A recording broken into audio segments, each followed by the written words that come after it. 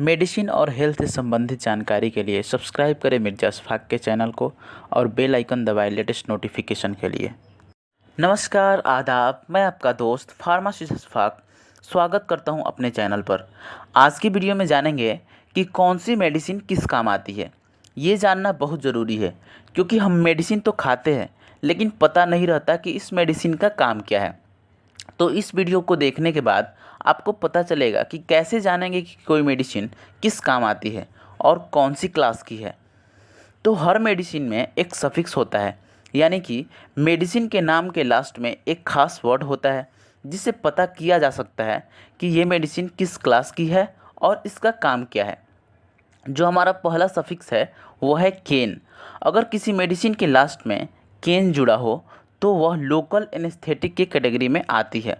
Local anaesthetic का मतलब होता है ऐसी दवाइयाँ जो किसी पार्टिकुलर रीजन को या किसी बॉडी के ऑर्गन को शून्य करने के लिए दी जाती है। लोकल एनेस्थेटिक के कुछ एग्जाम्पल है जैसे जाइलोकेन, बेंजोकेन, एमाइलोकेन, लीडोकेन इत्यादि। यदि किसी भी मेडिसिन के लास्ट में केन जुड़ा हो तो उसे लोकल एनेस्थेटिक के अंदर मानेंगे। जो हमारा अगला सफिक्स है वह है माइसिन। मेडिसिन के सफिक्स में माइसिन हो तो वह मेडिसिन एंटीबायोटिक होती है जिसका यूज इन्फेक्शन को ख़त्म करने के लिए किया जाता है। इसके एग्जाम्पल है एजिथ्रोमाइसिन, इरिथ्रोमाइसिन, नियोमाइसिन, स्ट्रेप्टोमाइसिन। तो यहाँ पे देख सकते हैं सब मेडिसिन के नाम के लास्ट में माइसिन वर्ड आया है। हमारा अगला सफिक्स है ओलोल। जिस मेडिसिन के सफिक्स में ओलोल होते हैं वह बीटा ब्लॉकर्स के अंतर्गत आती है। बीटा ब्लॉकर्स को हाइपरटेंशन यानी कि हाई ब्लड प्रेशर या हार्ट अटैक में यूज़ किया जाता है, यानी कि हार्ट से संबंधित बीमारी में बीटा ब्लॉकर का यूज़ किया जाता है। इसके एग्जाम्पल है मेटाप्रोलोल, एटिनोलोल, एस्मोलोल, बिसोप्रोलोल। हमारा अगला सफिक्स है माइड एंड जाइड। जिस मेडिसिन का सफिक्स माइड एवं जाइड हो तो वे डायूरेटिक्स होते हैं। डायूरेटिक्स वे दवाइयाँ होती हैं जो यूरिन के आउटफ्लो को बढ़ा देती है, यानी कि इन्हें लेने के बाद बार बार यूरिन आता है। ये मेडिसिन ऐसे पेशेंट को दिया जाता है जिसका ब्लड प्रेशर काफ़ी बढ़ा होता है या जिनके शरीर में ओएडिमा यानी कि सूजन होता है, तो उन्हें डायूरेटिक्स दिए जाते हैं। इसका एग्जाम्पल है फुरोसेमाइड, बेंजथायाजाइड, क्लोरथायाजाइड। लैसिक्स एक कॉमनली यूज की जाने वाली डायूरेटिक्स है जिसके अंदर फुरोसेमाइड होता है। हमारा अगला सफिक्स है वीर।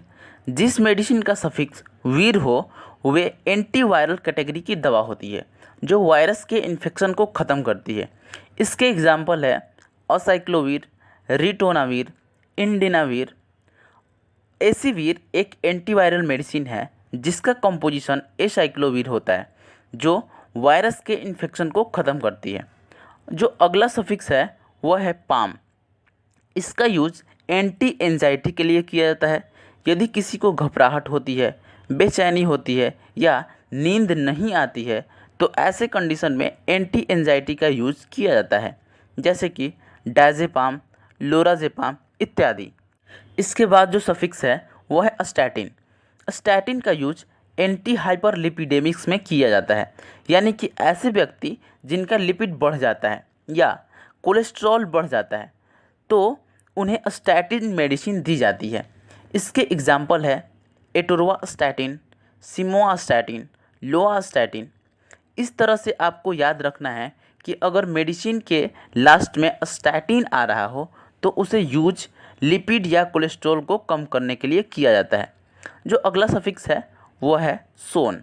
सोन जिस मेडिसिन का सफिक्स है वह सभी मेडिसिन स्टेरॉयड के अंतर्गत आती है। स्टेरॉयड हमारे बॉडी के इन्फ्लेमेशन को दूर करता है। इसके बहुत सारे साइड इफ़ेक्ट्स भी होते हैं, इसलिए इन्हें कभी भी बिना डॉक्टर की सलाह से नहीं लेना है। और इसके कुछ एग्जाम्पल है जैसे बीटामिथासोन, कॉर्टिसोन, डेक्सामेथासोन। इन सभी मेडिसिन का यूज स्टेरॉयड्स के रूप में किया जाता है। यहाँ पे जो इमेज है वह है डेक्सोना जिसका कंपोजिशन डेक्सामेथासोन होता है। हमारा अगला सफिक्स है प्राजोल। जिस मेडिसिन का सफिक्स प्राजोल हो वह प्रोटोन पंप इनहिबिटर होता है जिनका यूज गैस्ट्रिक एसिड को कम करने के लिए दिया जाता है।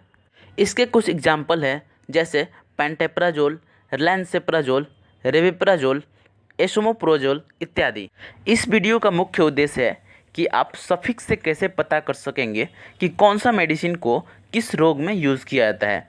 इनमें से कोई भी मेडिसिन बिना डॉक्टर के प्रिस्क्रिप्शन से न लें। अगर आपको वीडियो अच्छी लगी हो तो लाइक करें, शेयर करें और सब्सक्राइब करें। धन्यवाद।